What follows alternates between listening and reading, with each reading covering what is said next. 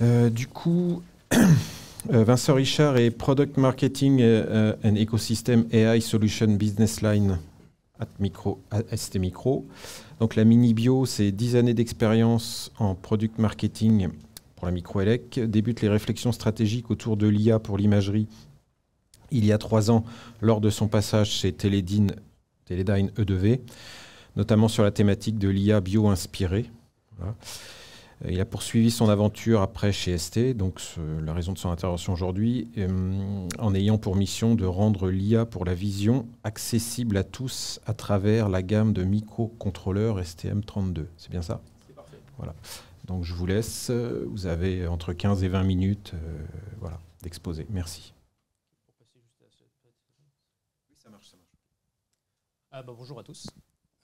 Donc aujourd'hui, ce que je me propose de faire, c'est de vous parler de l'IA embarquée, et notamment à destination de l'IoT. Donc je commence tout de suite par une image que j'aime bien. Donc qu'est-ce que c'est ça? C'est un objet connecté, et c'est un objet connecté qui s'appelle IRMA. Donc comme son nom l'indique, c'est une sorte de boule de cristal technologique.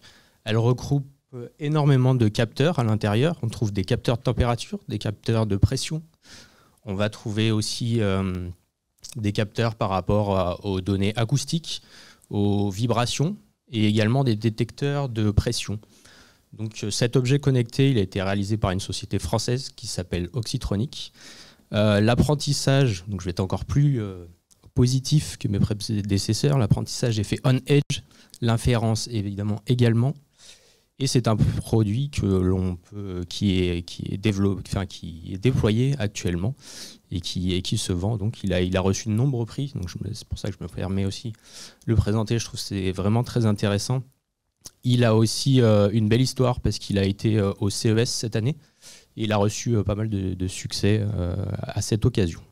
Voilà, il est 100% français aussi, c'est important de le noter. Il utilise évidemment des technologies ST aussi, c'est pour ça que j'en parle, notamment des outils que l'on développe à destination de l'intelligence artificielle pour nos microcontrôleurs qui sont intégrés tout comme les capteurs. Donc qu'est-ce qu'on voit un petit peu quand on regarde le panorama de nos clients et qu'est-ce qu'ils nous disent? Ils nous disent que l'IA, pour eux, c'est deux opportunités. Une opportunité qui concerne l'innovation et une opportunité qui concerne l'autonomie des objets connectés. Ce qu'on trouve par rapport à cette donnée d'innovation, eh bien, c'est la possibilité d'ajouter des fonctionnalités ou de les améliorer et donc d'être plus compétitif par rapport à leur environnement concurrentiel, notamment grâce à l'IA. Et également, une donnée importante, c'est la personnalisation des services. Donc ça permet en fait aux entreprises de mieux connaître leurs clients, mais pas forcément les données.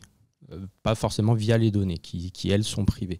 Et le Edge permet cela justement, de collecter de la donnée sans forcément l'envoyer à un tierce ou dans le cloud, même localisé. Et la deuxième partie, c'est la partie autonomie, qui est également importante, et on va être assez terre à terre, mais le premier élément, c'est le coût. Aujourd'hui, quand on a une intelligence artificielle qui est plus efficace, eh ben on va pouvoir, à budget constant, réduire la batterie, réduire la taille de la batterie. Et donc, c'est pour les industriels, c'est un gain au niveau du coût du produit. Et le dernier élément ici, c'est vis-à-vis de l'autonomie, tout simplement. Qu'aujourd'hui, on cherche des objets connectés sur lesquels il ne va pas falloir remplacer des piles, par exemple, tous les ans ou même tous les 2 ans, mais plutôt on est à 10 ans aujourd'hui sur certains objets. Donc voilà. Je reviens sur les deux approches que maintenant on a vues précédemment, et encore une fois, d'ailleurs, je souligne la qualité des présentations qui ont été faites. On va retrouver l'approche donc centralisée, qui est importante et que je pense qu'il va continuer d'exister pour un certain nombre d'applications. Alors ici, c'est une présentation sur l'IoT, mais il faut bien voir que l'intelligence artificielle, elle couvre également des domaines comme la collecte de data dans les entreprises, dans les ERP par exemple. Et ça, on ne va pas pouvoir le faire sur des objets connectés. Donc certainement que le cloud va continuer à exister. Là, la démarche, c'est de capturer l'information dans les capteurs, de la transmettre via différents protocoles qu'on a pu voir, qu'ils soient over the air ou pas, et via une gateway, faire l'inférence et l'entraînement d'ailleurs dans le cloud. Pour l'IoT, on est sur cette transition, et c'est aussi pour ça qu'on est tous là, sur la partie Edge. Donc on peut la retrouver à différents niveaux, je crois. Il y a sur la partie capteur, où le processing peut être intégré dans les capteurs. Il peut être, donc typiquement sur les MEMS chez ST. On peut retrouver également on les retrouve dans ce que ici j'appelle en fait Smart Node. Smart Node pour moi c'est ce qui est microcontrôleur, ce qui est microprocesseur également. Mais en tout cas ce sont des agrégateurs des données qui viennent des capteurs. Et puis c'est pas opposé. J'oppose pas le cloud en fait au Edge. Pour moi il y a vraiment en fonction des applications, en fonction des besoins, on va retrouver quelque chose qui est récurrent, des processing qui sont récurrents plutôt dans le Edge, et c'est possible aussi de temps en temps, on l'a vu toutes les nuits pour les téléphones ou toutes les 2 nuits, sur du réapprentissage qui peut se passer dans le cloud. Il y a une donnée qui est, une donnée qui est importante pour le processing à the edge et spécialement pour l'IoT. C'est un peu cette dualité qu'on retrouve dans ces objets connectés, parce que c'est des objets qui sont principalement sur batterie, la majorité du temps, et pourtant on leur demande d'être dit always on, donc toujours en activité, toujours en train de capturer l'information de l'environnement qui les entoure pour pouvoir à tout moment calculer la donnée, et en utilisant les qualités évidemment du edge qu'on a vu, qui sont la latence, qui sont le fait que ce soit low power, etc. Mais voilà, on est sur cette dualité-là. Aujourd'hui, ça devient possible. Pourquoi ? Parce que du coup, les modèles qu'on utilise, les techniques qu'on utilise pour réduire la data, on a parlé tout à l'heure de l'événementiel, enfin des données événementielles qui permettent de réduire le nombre de data. On a cette possibilité-là de combiner des technologies qui permettent de réduire l'intelligence artificielle et donc de la rendre possible à tout moment et de façon réactive dans le Edge. Et la confidentialité des données aussi, c'est évidemment quelque chose qui est très important. Le fait de pouvoir apprendre ou inférer au niveau Edge. On va le voir tout à l'heure un exemple, mais voilà, c'est important pour pouvoir faciliter cette conversion. Donc là, voilà, les 3 exemples, always on listening. Donc on va être toujours en perpétuelle écoute, non pas de détecter quel est le message ou qu'est-ce que disent les gens, mais plutôt réveiller un sous-ensemble grâce à la voix ou au son. L'always on activity ou l'anomaly detection, j'en ai parlé tout à l'heure. Donc on va être en constante éveil sur des anomalies par exemple détectées. Et le always on motion, où on va utiliser une caméra, mais cette caméra va se réveiller que si elle détecte un objet qui est anormal, typiquement là pour une application de sécurité. Je peux très bien laisser mon chien chez moi, c'est pas pour autant que j'ai envie que la caméra se réveille parce que mon chien vient dans le salon.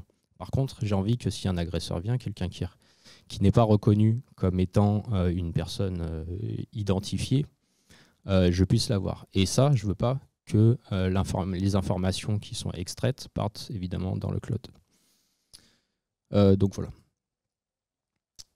Donc ce que je veux dire, c'est aussi qu'il y a des transformations importantes qui sont à mener pour les acteurs économiques et ceux qui conçoivent des solutions. Ils sont pour moi sur 3 volets. Le volet humain, premièrement, parce qu'en fait, hier, quand on vendait donc, du STM32, des microcontrôleurs donc de ST par exemple 32 bits, ce que ça veut dire, on s'adressait principalement à des gens qui étaient des développeurs hardware. Or, aujourd'hui, quand on veut intégrer de l'intelligence artificielle dans des microcontrôleurs, on s'adresse également à des data scientists. Et le succès final du produit dépend de la combinaison des deux. Il faut que l'intelligence artificielle soit optimisée, mais optimisée vis-à-vis d'un hardware. Si on l'optimise pour des données de recherche sans prendre en compte le hardware qu'il y a, on n'arrivera pas à faire matcher les deux, et donc on n'aura pas un produit qui est exploitable, qualitatif et vivable dans le temps. Donc ça, c'est important. Le second volet, c'est matériel. Donc pour rendre possible ces choses-là, il faut qu'à l'avance, on pense au matériel qu'on va développer et qu'on le pense pour l'IA. Pour l'IA, optimisé évidemment, vu qu'on est en edge. Et également au niveau des modèles, en utilisant différentes techniques, on a parlé du pruning, je crois, tout à l'heure, ou de ne pas multiplier par 0. Il y a la quantisation aussi, la quantisation même avancée, qui aujourd'hui peut fonctionner. Il y a encore beaucoup de choses à développer pour descendre dans cette réduction. Donc la quantisation, c'est le fait de réduire le poids sur ce que prend en mémoire les poids et les bias. Et donc plus on les réduit, moins la taille de la mémoire est grande. Et comme on l'a dit tout à l'heure, ce qui consomme le plus, c'est le transfert de la donnée, de la mémoire au calcul, à l'unité de calcul. Donc voilà, et pour sélectionner, donc quand on est dans l'industrie, on va vouloir sélectionner le meilleur modèle, celui qui va fonctionner, mais on veut le faire facilement. Et pour ça, il faut des outils de benchmark qui soient efficaces, qui comparent des modèles, qui aillent les chercher. Et voilà. Et enfin, au niveau applicatif, donc notre responsabilité en tant que fournisseur, c'est aussi d'aider nos clients.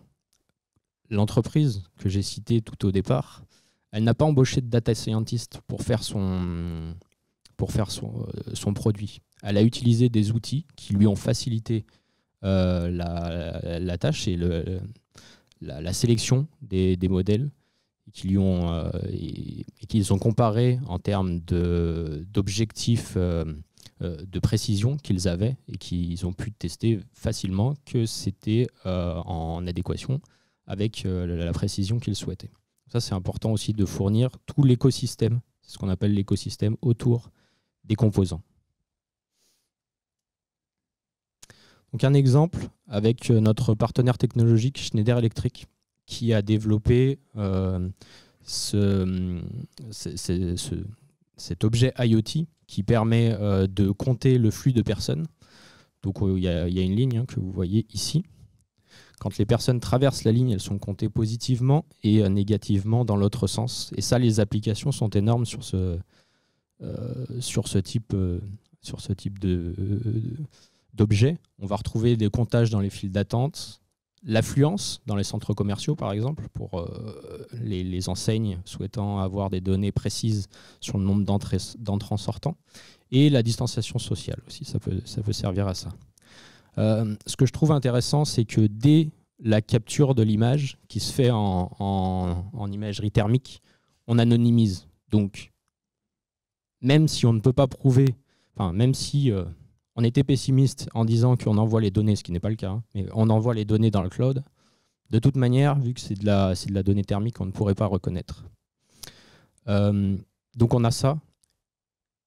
Et ce que je veux montrer, c'est que c'est vraiment une adéquation entre un échange entre le client, son savoir-faire, qui permet d'avoir de bonnes bases de données, des données qui sont suffisamment solides pour pouvoir les exploiter, les entraîner.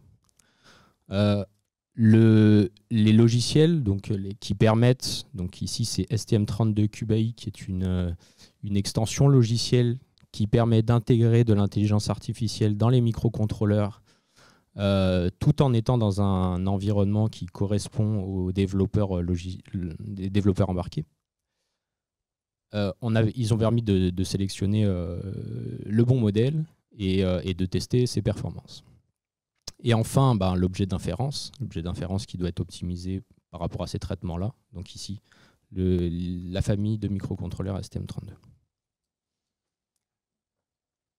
Si on regarde un peu le marché, on a vu pas mal de chiffres, donc je ne vais pas insister dessus.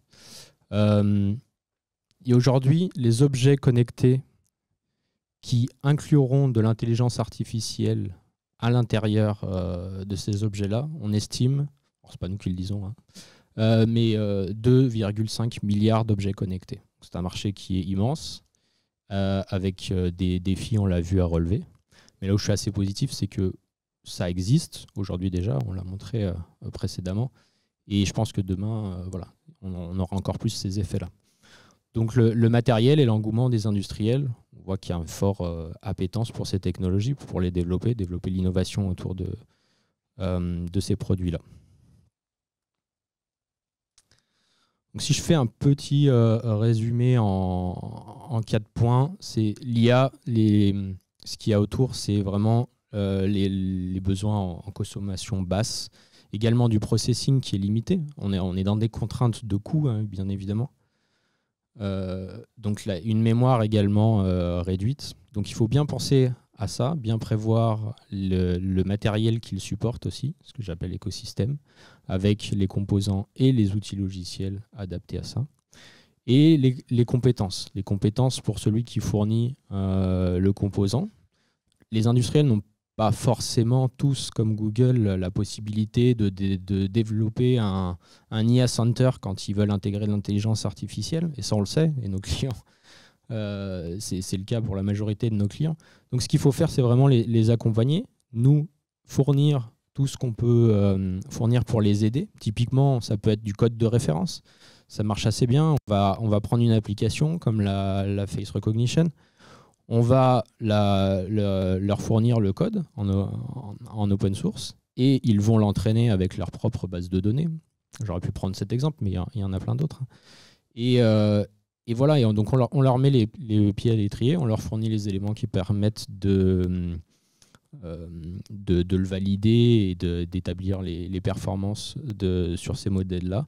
Et ensuite, ce qui est très important aussi, c'est la faculté de pouvoir le déployer. Parce qu'une fois que le modèle est établi, on va vouloir le déployer de façon efficace. On ne va pas aller dans un labo, hein, et brancher à chaque fois pour aller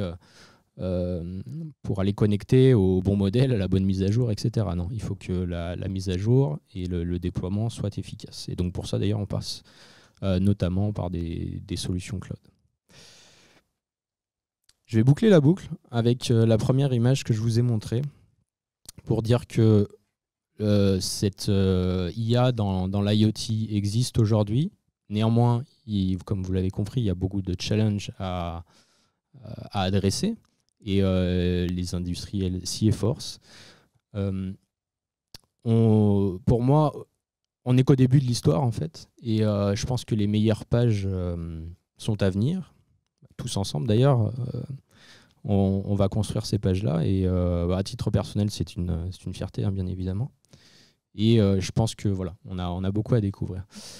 J'ai pas voulu faire de publicité particulière sur les produits ST. Néanmoins, si vous avez des projets dans l'IoT ou pas, hein, d'ailleurs, qui pourraient susciter un intérêt pour les produits de ST, moi, je suis à votre disposition toute la journée pour en discuter. Ce sera avec grand plaisir. Et puis, vous pouvez évidemment aller sur notre site internet st.com. Voilà, je vous remercie.